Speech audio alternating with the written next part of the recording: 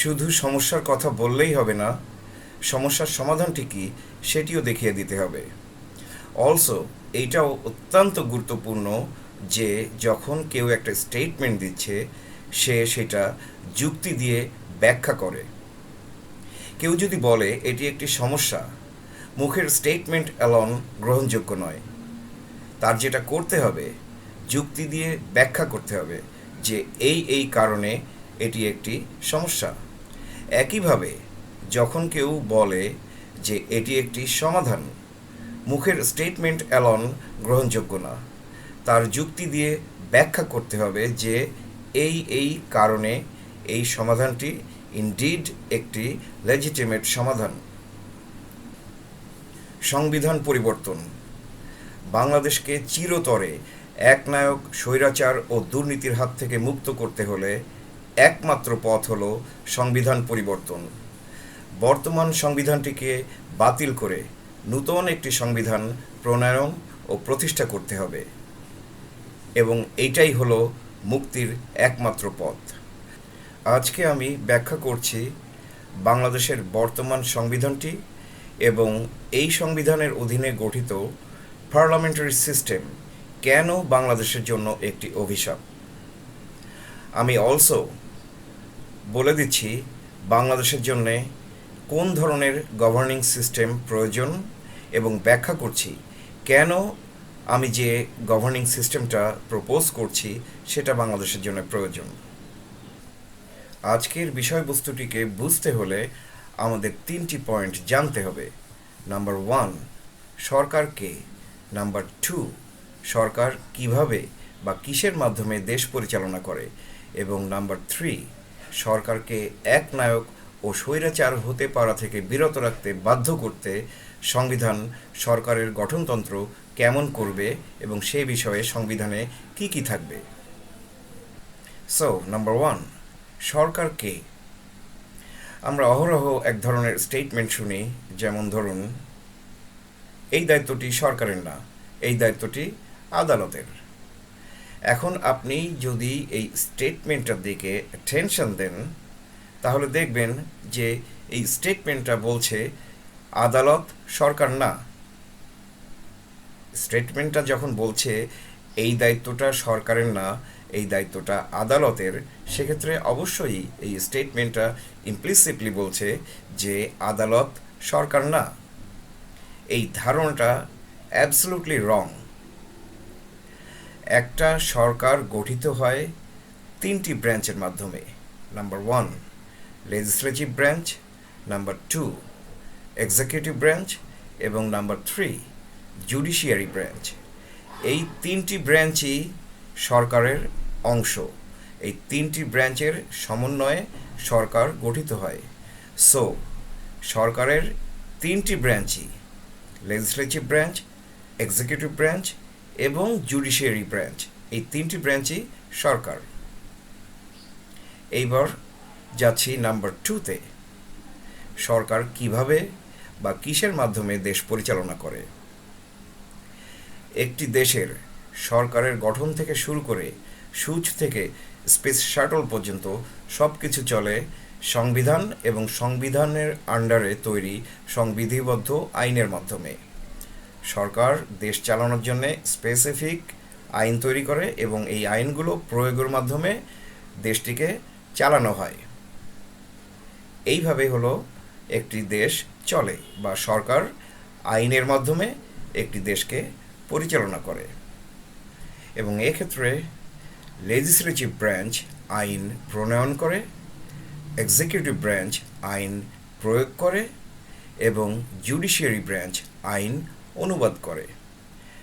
এই আইন প্রণয়ন, প্রয়োগ এবং অনুবাদ, এই 3টি ফাংশনের মাধ্যমে বা এই 3টি ফাংশনের সমন্বয়ে একটি দেশকে পরিচালনা করা হয়। এখন যাচ্ছি নাম্বার 3তে, সরকারকে একনায়ক ও স্বৈরাচার হতে পারা থেকে বিরত রাখতে হলে সংবিধানে কি কি থাকতে হবে।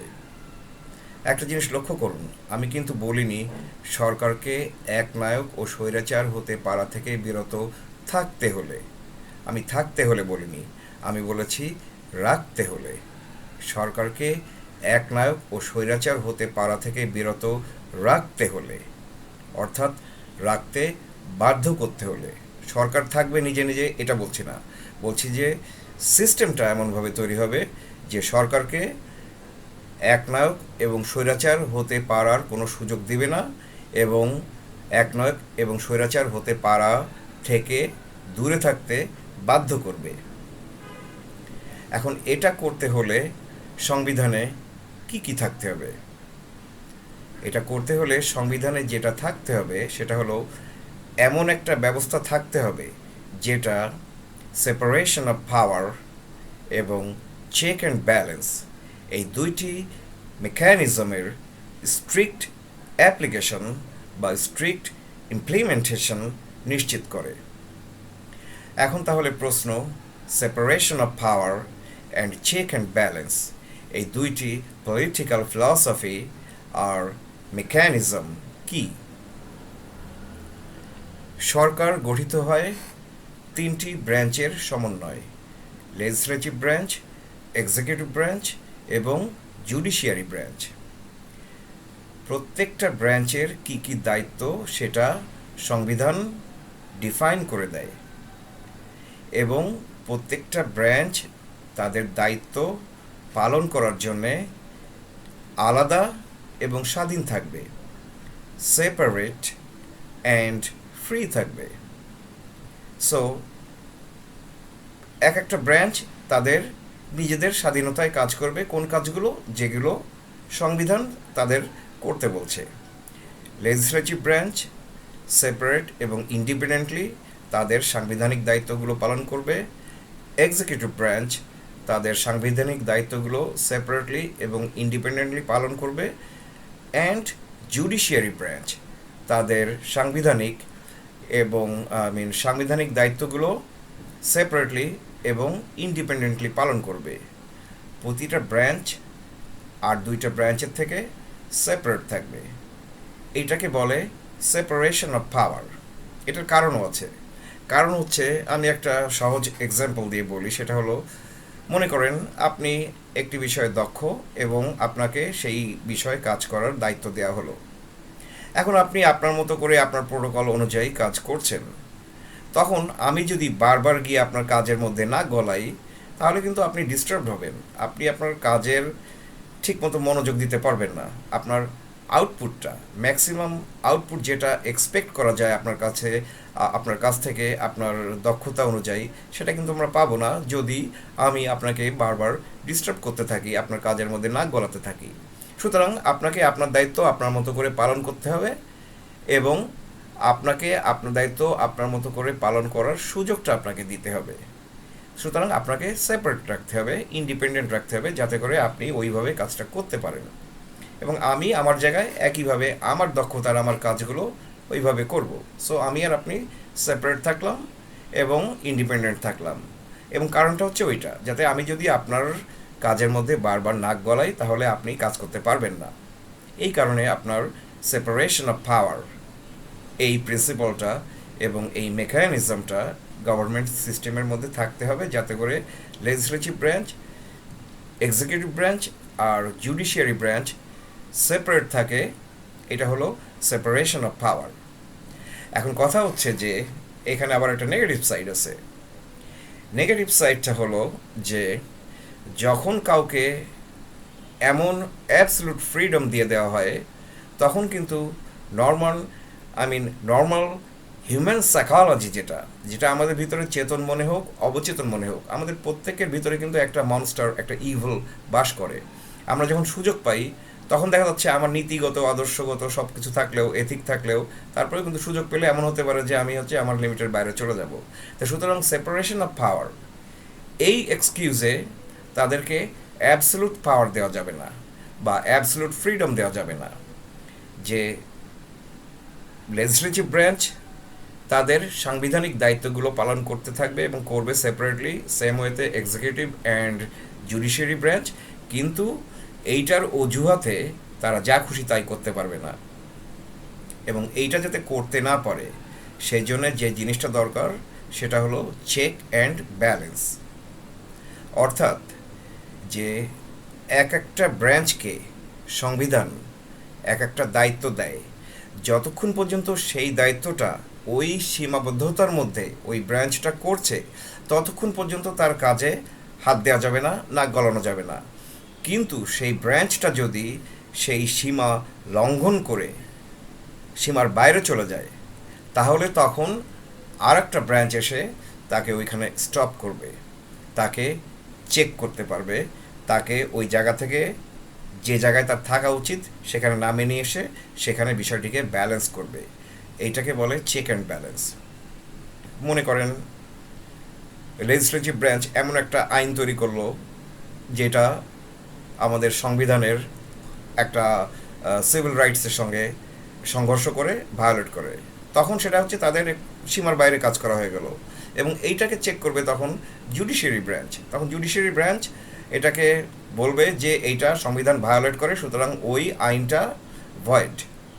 সো জুডিশিয়ারি ব্রাঞ্চ কী করলো, যে ওইটার মধ্যে গিয়ে ওইটাকে ভয়েড করে দিয়ে ওই লেজিসলেটিভ ব্রাঞ্চকে চেক করে জায়গায় নামিয়ে নিয়ে এসে জিনিসটাকে ব্যালেন্স করলো। এটাকে বলে চেক অ্যান্ড ব্যালেন্স। এবং চেক অ্যান্ড ব্যালেন্স অ্যাবসলুটলি থাকতে হবে এবং এটার স্ট্রিক্ট ইমপ্লিমেন্টেশন হতে হবে যদি আমরা বা জনগণ বলে যে সরকারকে একনায়ক এবং স্বৈরাচার হতে পারার সুযোগ দেওয়া যাবে না। এবং এটা করতে হলে প্রত্যেকটা ব্রাঞ্চের সেপারেটও থাকতে হবে, কারণ একটা ব্রাঞ্চে যদি আরেকটা ব্রাঞ্চের দ্বারা ইনফ্লুয়েন্স অধীনে থাকে তখন দেখা যাচ্ছে তারা কিন্তু নিজের ভাইকে কোনো কিছু করার জন্য যাবে না। সো এই টোটাল বিষয়টা এটাকে বলে separation of power and check and balance. এবং এই দুইটা ইন্ডিপেন্ডেন্টলি অ্যাক্টিভ থাকে আবার ইন্টারপ্লে করে। এইটা করে সরকারকে একটা সংবিধানের সীমাবদ্ধতা যেখানে মানবাধিকার, নাগরিক অধিকার এবং নাগরিক স্বাধীনতা ক্ষুণ্ণ না হয় সেইভাবে সরকারকে চেক অ্যান্ড ব্যালেন্স করে জায়গা মতো রাখে। তো যে সংবিধানের মধ্যে যেটা থাকতে হবে, একদিকে থাকতে হবে সেপারেশন অফ পাওয়ার, আবার একই সাথে থাকতে হবে চেক অ্যান্ড ব্যালেন্স। এই দুইটাকে স্ট্রিক্টলি অ্যাপ্লাই করে সরকার গঠন করতে হবে এবং কনস্টিটিউশনের মধ্যে মানে সংবিধানের মধ্যে যে যে জিনিসগুলো থাকবে এটা এই ব্যবস্থাটা এনশিওর করবে যাতে করে একদিকে যেমন প্রতিটা ব্রাঞ্চ সেপারেট এবং ইন্ডিপেন্ডেন্ট থাকে, অন্যদিকে তারা যদি সীমার বাইরে যায়, কোনো ব্রাঞ্চে যদি সীমার বাইরে যায় তখন আর একটা ব্রাঞ্চ এসে যেন কোনো বাধা বিঘ্ন ব্যতীত তাদেরকে চেক করে বিষয়টা কীভাবে ব্যালেন্স করতে পারে। যখন এই সিস্টেমটা, যখন এই ব্যবস্থাটাকে সংবিধান এনশিওর করে তখন সেটা সরকারকে একনায়ক এবং স্বৈরাচার হতে পারা থেকে বিরত থাকতে বাধ্য করবে বা বিরত রাখবে। সো আমরা তিনটি বিষয় জানলাম। নাম্বার 1, সরকারের যে তিনটি ব্রাঞ্চ থাকে, লেজিসলেটিভ ব্রাঞ্চ, এক্সিকিউটিভ ব্রাঞ্চ এবং জুডিশিয়ারি ব্রাঞ্চ, এই তিনটা ব্রাঞ্চই সরকার। নাম্বার 2, সরকার দেশ চালায় বা দেশ পরিচালনা করে সংবিধান এবং সংবিধিবদ্ধ আইনের মাধ্যমে, এবং আইন প্রণয়নের দায়িত্ব লেজিসলেটিভ ব্রাঞ্চের, আইন প্রয়োগের দায়িত্ব এক্সিকিউটিভ ব্রাঞ্চের এবং আইন অনুবাদ করে দেওয়ার দায়িত্ব জুডিশিয়ারি ব্রাঞ্চের। আর নাম্বার 3, যে সরকারকে একনায়ক এবং স্বৈরাচার হতে পারা থেকে বিরত রাখতে হলে এবং সরকারকে বিরত থাকতে বাধ্য করতে হলে সংবিধানে যেটা থাকতে হবে সেটা হলো, সংবিধানে যা যা থাকবে সেটা যে ব্যবস্থাটা নিশ্চিত করবে, যেটা নিশ্চিত করবে strict application of separation of power and check and balance mechanisms. সংবিধানের মধ্যে যখন এই ব্যবস্থাটা থাকবে যে সেপারেশন অফ পাওয়ার এবং চেক অ্যান্ড ব্যালেন্স, এই দুইটা মেকানিজম স্ট্রিক্টলি ইমপ্লিমেন্টেড হচ্ছে, তখন সরকার একনায়ক ও স্বৈরাচার হতে পারা থেকে বিরত থাকতে বাধ্য হবে। সো এইটা হলো বেসিক আইডিয়া এই তিনটা পয়েন্টের উপরে। এখন আমি যাচ্ছি যে বাংলাদেশের বর্তমান সংবিধান এবং এই সংবিধানের অধীনে গঠিত পার্লামেন্টারি সিস্টেম, এইটা কেন বাংলাদেশের জন্য একটি অভিশাপ। অ্যাকচুয়ালি শুধুমাত্র সংবিধান ইটসেলফ না, আমি বলছি পার্লামেন্টারি সিস্টেমটাই ডিফেক্টিভ। এইটা হলো অ্যাকচুয়ালি গণতন্ত্র সুষ্ঠুভাবে কায়েম করতে পারে না। এমনকি অনেকে হয়তো এক্সাম্পল দিতে পারে ব্রিটিশ, গ্রেট ব্রিটেন, অমুক তমুক জায়গায় এইগুলো এই ধরনের সিস্টেম আছে, তারা তো ভালোভাবে চলছে। কিন্তু সেখানে একটা বিষয় আছে, সেখানে বিষয়টা হচ্ছে যে তারা যাদেরকে নির্বাচিত করে তাদের নীতি আছে, আদর্শ আছে, এবং যে কারণে তারা দয়া করে তাদেরকে তাদের নাগরিক অধিকার, নাগরিক স্বাধীনতা এইগুলো দেয়। কিন্তু সিস্টেমটা ইটসেলফ, পার্লামেন্টারি সিস্টেম ইটসেলফ হচ্ছে আপনার গণতন্ত্র অ্যাবসলুটলি প্রতিষ্ঠা করতে রাখা ইন টার্মস অফ বাধ্যতামূলক, মানে বাধ্য করতে পারে না, কারণ এই সিস্টেমটাই ডিফেক্টিভ। বাংলাদেশের, আমি বলতে চাচ্ছি যে বাংলাদেশের বর্তমান সংবিধান এবং পার্লামেন্টারি সিস্টেম ইটসেলফ এবং বাংলাদেশের বর্তমান সংবিধানের আন্ডারে যে পার্লামেন্টারি সিস্টেমটা বাংলাদেশে এখন ইমপ্লিমেন্টেড হচ্ছে, এই টোটাল জিনিসটাই একটা অভিশাপ। কেন? আপনি যদি বাংলাদেশ সংবিধান দেখেন তাহলে এইভাবে সরকারের গঠন হয়। সেটা হলো যে প্রথমে জনগণ নির্বাচনের মাধ্যমে তাদের সংসদ বা মেম্বার অফ পার্লামেন্টস তাদেরকে নির্বাচিত করে। ধরেন ইলেকশনের সময় কোনো দুর্নীতি কিচ্ছু হলো না, একদম absolutely free and fair election হলো, হয়ে তারা হচ্ছে আপনার এই মেম্বার অফ পার্লামেন্টস এদেরকে নির্বাচিত করলো। আচ্ছা, তাহলে এটা হচ্ছে লেজিসলেটিভ ব্রাঞ্চ। এখানে নির্বাচিত করা হলো নির্বাচনের মাধ্যমে মেম্বার অফ পার্লামেন্টস বা সংসদ সদস্যদেরকে। এরপর এরা কি করে? এরা করে হচ্ছে এই যারা হচ্ছে সংখ্যাগরিষ্ঠতা পায়, তারা সংখ্যাগরিষ্ঠ ভোটের মাধ্যমে তারা ইলেক্ট করে এক্সিকিউটিভ ব্রাঞ্চের প্রেসিডেন্টকে। এখন চিন্তা করে দেখেন যে এক্সিকিউটিভ ব্রাঞ্চের প্রেসিডেন্ট কার দ্বারা নির্বাচিত হয়েছে? নির্বাচিত হয়েছে লেজিসলেটিভ ব্রাঞ্চে যারা সংখ্যাগরিষ্ঠ তাদের নির্বাচনের মাধ্যমে। তাহলে কিন্তু ওই এক্সিকিউটিভ ব্রাঞ্চে যাকে বসাচ্ছে প্রেসিডেন্ট হিসেবে, সে কিন্তু ওই একই দলের থেকে আসতেছে। আপনি আপনার নিজের কথা চিন্তা করেন, আপনার জায়গায় আপনি হলে বা আমার জায়গায় আমি হলে আমরা কী করতাম? আমি যদি আমার আর একটা অফিসে একজনকে নির্বাচিত করার সুযোগ পাই, তাহলে আমি কিন্তু আমার দলের লোককেই করব। আমি কিন্তু আমার ইচ্ছা করে আমার বিরোধী কাউকে করব না। তা সুতরাং যারা হচ্ছে লেজিসলেটিভ ব্রাঞ্চে সংখ্যাগরিষ্ঠতা পাচ্ছে, তারাই হলো তাদের দলের লোককে এক্সিকিউটিভ ব্রাঞ্চে বসাচ্ছে। আচ্ছা, এরপর কি হচ্ছে যে প্রেসিডেন্টের দায়িত্ব হলো একজন প্রধানমন্ত্রীকে নিয়োগ দেয়া। এখন প্রধানমন্ত্রী নিয়োগটা কিভাবে হয়? সংবিধানে যেটা বলা আছে যে প্রেসিডেন্ট হচ্ছে লেজিসলেটিভ ব্রাঞ্চে যে প্রাইম মিনিস্টার হবে বা প্রধানমন্ত্রী হবে, সে সে যখন সংখ্যাগরিষ্ঠতার সাপোর্ট পাবে, তাকেই প্রেসিডেন্টের ওই প্রাইম মিনিস্টার করতে হবে। তাহলে এখন দেখেন, তাহলে যারা সংখ্যাগরিষ্ঠ হয়েছিল, যারা সংখ্যাগরিষ্ঠ হয়ে প্রেসিডেন্টকে নির্বাচন করলো, এবং তারাই হচ্ছে আবার প্রধানমন্ত্রীকে নির্বাচন করতেছে যে এ হলো প্রধানমন্ত্রী হবে। এবং প্রেসিডেন্ট সংবিধান অনুসারে ওই প্রধানমন্ত্রীকেই আপনার এক্সিকিউটিভ ব্রাঞ্চের ওই প্রেসিডেন্ট তখন তাকে প্রধানমন্ত্রী করতে বাধ্য থাকবে সংবিধান অনুসারে। তাহলে আমার লেজিসলেটিভ ব্রাঞ্চে যারা, তারা সবাই হচ্ছে আমার দলের লোক, অ্যাটলিস্ট সংখ্যাগরিষ্ঠওয়ালারা। এই সংখ্যাগরিষ্ঠওয়ালারা তৈরি করছে আপনার প্রেসিডেন্টকে, যে নিজের দলের লোক। সংখ্যাগরিষ্ঠওয়ালারা প্রধানমন্ত্রী নিয়োগ দিচ্ছে, অফকোর্স সে নিজের দলের লোক, এবং এই প্রধানমন্ত্রী হচ্ছে আবার নির্বাহী বিভাগের, অর্থাৎ সে হচ্ছে এক্সিকিউটিভ ব্রাঞ্চের চিফ। ওই প্রধানমন্ত্রী হলো চিফ এক্সিকিউটিভ।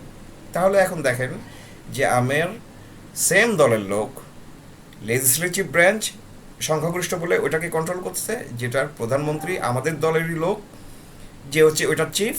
আবার সেই প্রধানমন্ত্রী আবার এক্সিকিউটিভ ব্রাঞ্চের চিফ এক্সিকিউটিভ, এবং তার মানে এক্সিকিউটিভ ব্রাঞ্চটাও প্রধানমন্ত্রীর কন্ট্রোলে, প্রেসিডেন্ট আমার লোক, প্রধানমন্ত্রী আমার লোক, তার মানে যে নির্বাচনের মাধ্যমে পার্লামেন্টে বা সংসদে সংখ্যাগরিষ্ঠতা পাচ্ছে যে দল বা যে ফিগারটা, সেই একই ফিগার তাদের ছত্রছায়ায় এবং তাদের কন্ট্রোলের অধীনে এক্সিকিউটিভ ব্রাঞ্চটাকেও কন্ট্রোল করতেছে। এবার যাই জুডিশিয়ারি ব্রাঞ্চ। জুডিশিয়ারি ব্রাঞ্চের নিয়োগটা কেমন হয়? জুডিশিয়ারি ব্রাঞ্চ মানে সুপ্রিম কোর্ট কিন্তু সংবিধানের তৈরি, কিন্তু সুপ্রিম কোর্টের বিচারপতি কীভাবে নিয়োগ হবে? চিফ জাস্টিস, একে হচ্ছে প্রেসিডেন্ট নিয়োগ দেবে। আচ্ছা, ভালো কথা, দেবে। কীভাবে হবে? প্রেসিডেন্টের কাজ করার ক্ষেত্রে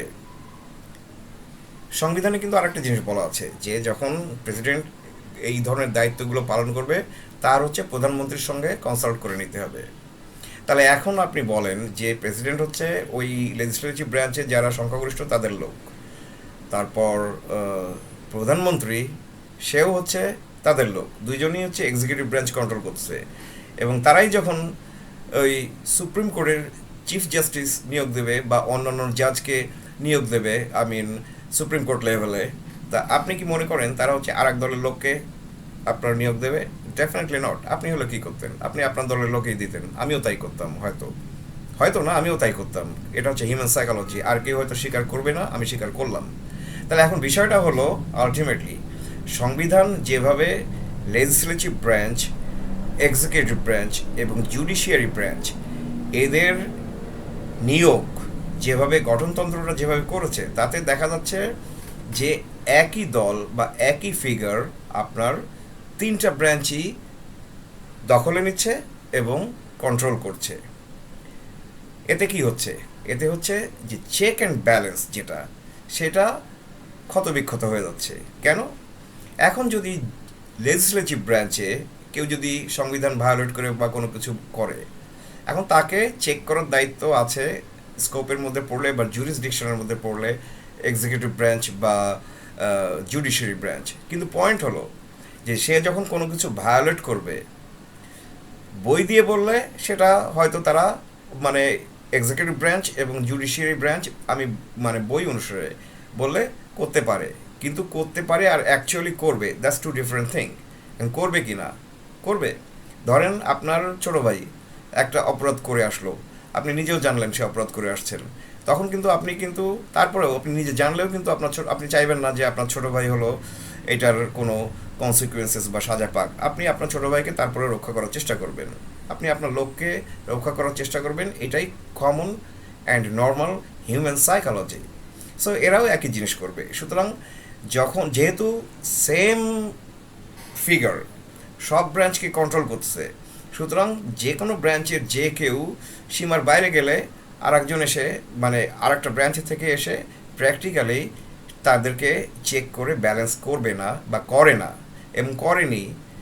এবং সেই কারণেই আপনার যে দল পার্লামেন্টের কন্ট্রোল নিচ্ছে তারা হলো একনায়ক এবং স্বৈরাচার হতে পারছে এবং হচ্ছে। এবং এই কারণেই বাংলাদেশে বরাবর এই পর্যন্ত সকল সরকারের আমলে কম হোক বেশি হোক সবসময় একনায়কতন্ত্র এবং স্বৈরাচার ছিল, কারণ এই চেক অ্যান্ড ব্যালেন্স এই জিনিসটাকে ইমপ্লিমেন্ট করার জন্যে সংবিধানের মধ্যে যেসব এলিমেন্টসগুলো দরকার সেইগুলো সংবিধানে নাই। এবং এইভাবে বাংলাদেশের সংবিধানটা ফান্ডামেন্টালি ডিফেক্টিভ। এমনকি সংবিধান যদি ডিফেক্টিভ নাও হতো, তাও parliamentary system itself is defective. কারণ হচ্ছে ওই একটাই, পার্লামেন্টারি সিস্টেমের আন্ডারে যাদেরকে লেজিসলেটিভ ব্রাঞ্চে নির্বাচন করা হচ্ছে তারাই হচ্ছে এক্সিকিউটিভ ব্রাঞ্চে নির্বাচন করছে এবং তারাই হচ্ছে আবার জুডিশিয়ারি ব্রাঞ্চে নির্বাচন করছে। সুতরাং পার্লামেন্টারি সিস্টেমটাই ডিফেক্টিভ। এইটা প্রকৃত গণতন্ত্র এস্টাবলিশ করতে পারে না, কারণ এইটা হলো একনায়ক এবং স্বৈরাচার হতে পারার স্কোপটা ক্রিয়েট করে রেখেছে। এই কারণে বাংলাদেশের বর্তমান সংবিধানটা এবং পার্লামেন্টারি সিস্টেম কমপ্লিটলি অ্যাবলিশ করে এটাকে নতুন একটা সিস্টেম দিয়ে রিপ্লেস করতে হবে। এবং সেই নতুন সিস্টেমটা হচ্ছে প্রেসিডেন্সিয়াল সিস্টেম। হ্যাঁ, প্রেসিডেন্সিয়াল সিস্টেম।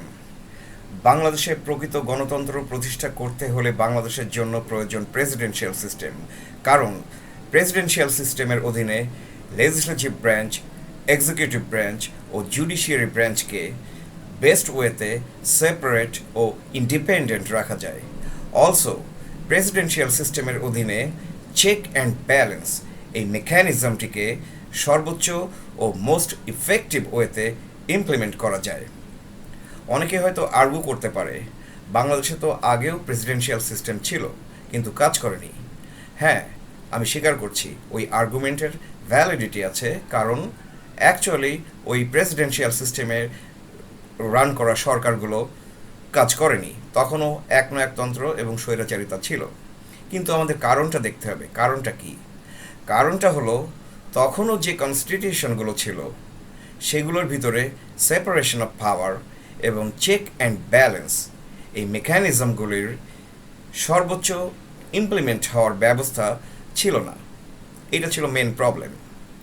এখন আমি বলছি বাংলাদেশে যে প্রেসিডেন্সিয়াল সিস্টেমটা দরকার এবং সেইটার গঠনতন্ত্রটা কি হবে, যেটা হলে সেপারেশন অফ পাওয়ার ও চেক অ্যান্ড ব্যালেন্স মেকানিজমগুলোকে সর্বোচ্চ এবং মোস্ট ইফেক্টিভ ওয়েতে ইমপ্লিমেন্ট করা যায়। সংবিধান তৈরি করবে লেজিসলেটিভ ব্রাঞ্চ, এক্সিকিউটিভ ব্রাঞ্চ এবং জুডিশিয়ারি ব্রাঞ্চ। লেজিসলেটিভ ব্রাঞ্চে থাকবে দুইটি স্তর, একটা সিনেট আর একটা হাউস অফ রিপ্রেজেন্টেটিভ।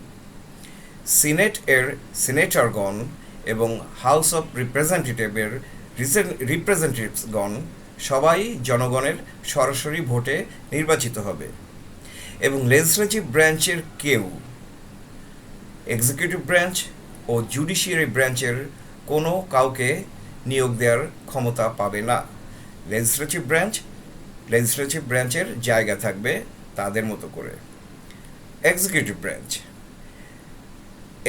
ব্রাঞ্চের চিফ হবে প্রেসিডেন্ট এবং এক্সিকিউটিভ ব্রাঞ্চের সুপ্রিম এক্সিকিউটিভ পাওয়ার দেয়া থাকবে প্রেসিডেন্টকে এবং প্রেসিডেন্ট বা চিফ এক্সিকিউটিভ ও প্রেসিডেন্সিয়াল ক্যাবিনেটের সব কয়েকটা ডিপার্টমেন্টের চিফদের নিয়োগ হবে জনগণের সরাসরি ভোটের মাধ্যমে এবং তারপর প্রেসিডেন্ট সংবিধান দ্বারা প্রেসক্রাইবড পদ্ধতি অনুসারে অন্যান্য ক্যাবিনেটের চিফ এবং অন্যান্য কর্মকর্তাদেরকে নিয়োগ দেবে এবং এক্সিকিউটিভ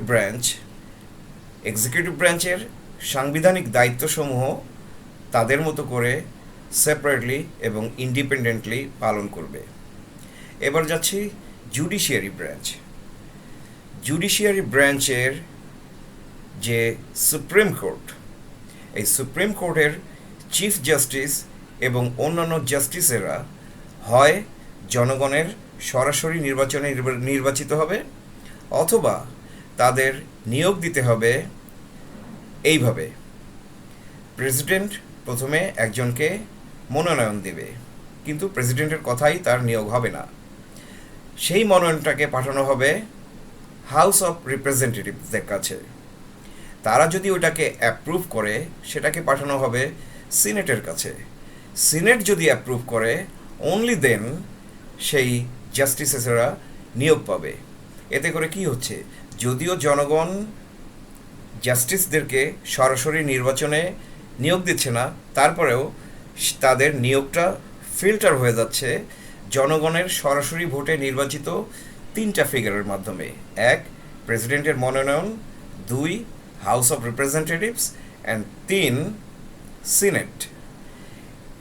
এবং জুডিশিয়ারি ব্রাঞ্চে নিয়োগ পাওয়ার পরে জাস্টিসেরা তাদের স্বাধীনতায় এবং ইন্ডিপেন্ডেন্সি নিয়ে কাজ করবে।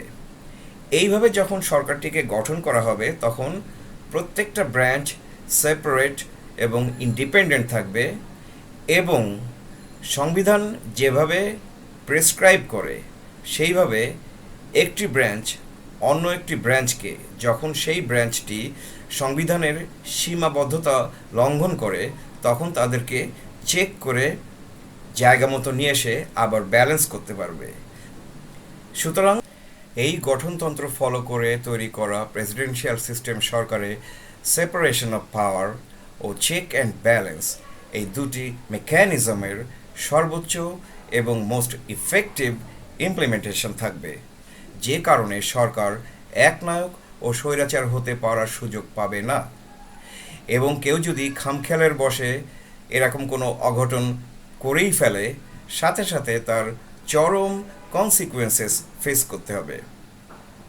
তাহলে এখন প্রশ্ন হলো, এই একই গঠনতন্ত্র পার্লামেন্টারি সিস্টেমে কেন করা যায় না? তার কারণ হলো পার্লামেন্টারি সিস্টেমের গলতটা শুরুতেই। সেটা হলো পার্লামেন্টারি সিস্টেমের অধীনে প্রধানমন্ত্রী হয় চিফ এক্সিকিউটিভ। তার মানে প্রধানমন্ত্রী হলো লেজিসলেটিভ ব্রাঞ্চেরও প্রধান, আবার এক্সিকিউটিভ ব্রাঞ্চেরও প্রধান। শুরুতেই দুইটা ব্রাঞ্চ একই ফিগারের আন্ডারে চলে যাচ্ছে। সুতরাং এই separation of power and check and balance করার জন্য আমি যে গঠনতন্ত্রতার কথা বললাম, এটা পার্লামেন্টারি সিস্টেমে করা সম্ভব না, কিন্তু এটা করা সম্ভব প্রেসিডেন্সিয়াল সিস্টেমে। আগে যেসব প্রেসিডেন্সিয়াল সিস্টেমগুলো বাংলাদেশে ছিল এবং সেইগুলো যে সংবিধানের আন্ডারে পরিচালিত হতো, সেই সংবিধানে এই separation of power and check and balance সেইভাবে ইনক্লুডেড ছিল না, অ্যাটলিস্ট ইন টার্মস অফ কার্যকর করার এই জায়গা থেকে যদি বলি, তাহলে তার মধ্যে যা যা ছিল সেটা এই মেকানিজমগুলোকে ইমপ্লিমেন্ট করতে পারতো না, যে কারণে সেখানে গলদ ছিল। কিন্তু এখন আমি যে প্রেসিডেন্সিয়াল সিস্টেমের কথাটা বলছি, এইটা করার জন্য যে সংবিধানটা করা হবে, সেই সংবিধানের মধ্যেই গঠনতন্ত্রটা এমনভাবে করবে, যেটা আমি আগে বলেছি, যাতে প্রত্যেকটা ব্রাঞ্চ সেপারেট থাকে, প্রত্যেকটা ব্রাঞ্চে আবার আরেকটা ব্রাঞ্চকে সীমা লঙ্ঘন করলে চেক করে ব্যালেন্স করার ক্ষমতা থাকে, যেটা পার্লামেন্টারি সিস্টেমে করা সম্ভব না। সুতরাং আলটিমেটলি আজকের কনভারসেশনের কনক্লুশন হলো, বাংলাদেশের বর্তমান সংবিধান এবং এই সংবিধানের অধীনে যে পার্লামেন্টারি সিস্টেম, এইটা বাংলাদেশের জন্য একটি অ্যাবসলুট অভিশাপ। বাংলাদেশের বর্তমান সংবিধান এবং পার্লামেন্ট সিস্টেমকে কমপ্লিটলি অ্যাবলিশ করে নতুন একটা সংবিধান এবং সরকার সিস্টেম করতে হবে, যেখানে থাকবে separation of power and check and balance, এই দুটি মেকানিজমের সর্বোচ্চ এবং মোস্ট ইফেক্টিভ ইমপ্লিমেন্টেশনের ব্যবস্থা। এবং সেটা হবে একটা প্রেসিডেন্সিয়াল সিস্টেম, যেখানে প্রত্যেকটা ব্রাঞ্চে যারা কাজ করবে তারা জনগণের সরাসরি ভোটে নির্বাচিত হবে। আর এই সংবিধানে আরও কি কি থাকবে তার ডিটেলড বিবরণ দিয়ে আমি একটা ড্রাফট করেছি। এই ড্রাফটটা আপনারা আমার গুগল ড্রাইভ শেয়ারিং থেকে ডাউনলোড করতে পারবেন, এবং এই ডাউনলোডিং লিঙ্কটা আমি ভিডিও ডেসক্রিপশন সেকশনে দিয়ে দিলাম। অলসো নিচে কমেন্ট সেকশনে পিন্ড কমেন্টে আমি ওই ডকুমেন্টটা ডাউনলোড করার লিঙ্কটা দিয়ে দিচ্ছি। ধন্যবাদ।